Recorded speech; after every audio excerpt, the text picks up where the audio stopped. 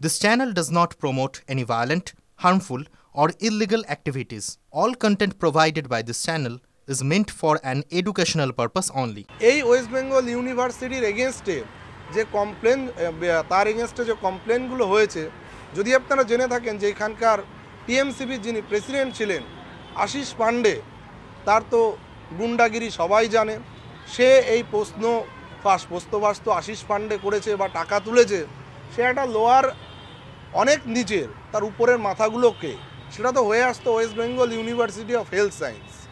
Fair and bright night and day cream, ত্বক থাকবে bright সারাদিন, পলিউশন ফ্রি, ঠিক যেন রাতের ফোঁটা সাদা ফুল।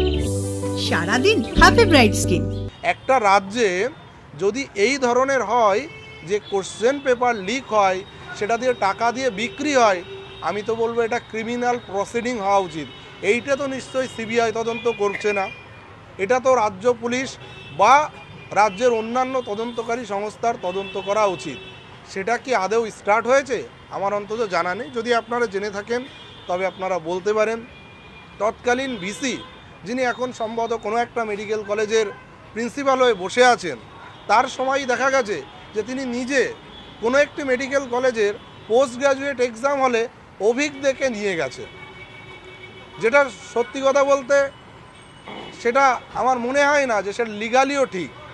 কিন্তু তাদের এগেনস্টে কী অ্যাকশান আমাদের পুলিশ অথরিটি বা আমাদের সিভিল অ্যাডমিনিস্ট্রেশন বা অন্যান্য ইনভেস্টিগেশন এজেন্সি কি করেছে, এটা তো সিবিআইয়ের উপরে চাপানো যাবে না।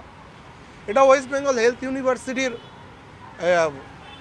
ইস্যু বললাম। থার্ড হচ্ছে আপনারা ওয়েস্ট বেঙ্গল মেডিকেল কাউন্সিল।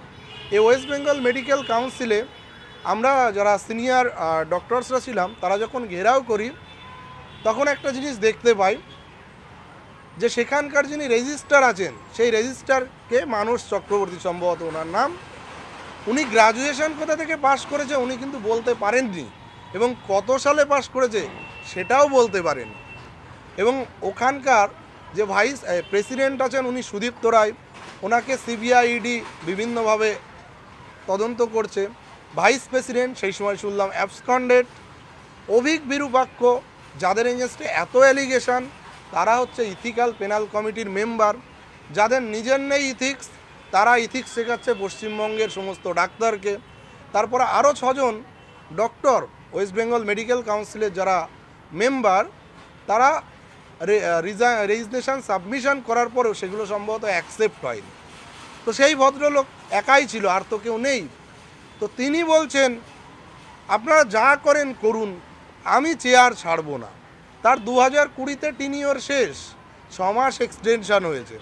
তাহলে আজ 2024 সাল, তার কোথায় এখতিয়ার আছে যে সে এখনও পর্যন্ত ইভেন সন্দীপ ঘোষের যে রেজিস্ট্রেশন ক্যান্সেলের জন্য একটা অর্ডার বের করলো, প্রথমত এটা হয়তো সবাই ভেবেছে সত্যিই ক্যান্সেল হয়েছে, এইভাবে কি অর্ডার ক্যান্সেল করা যায়?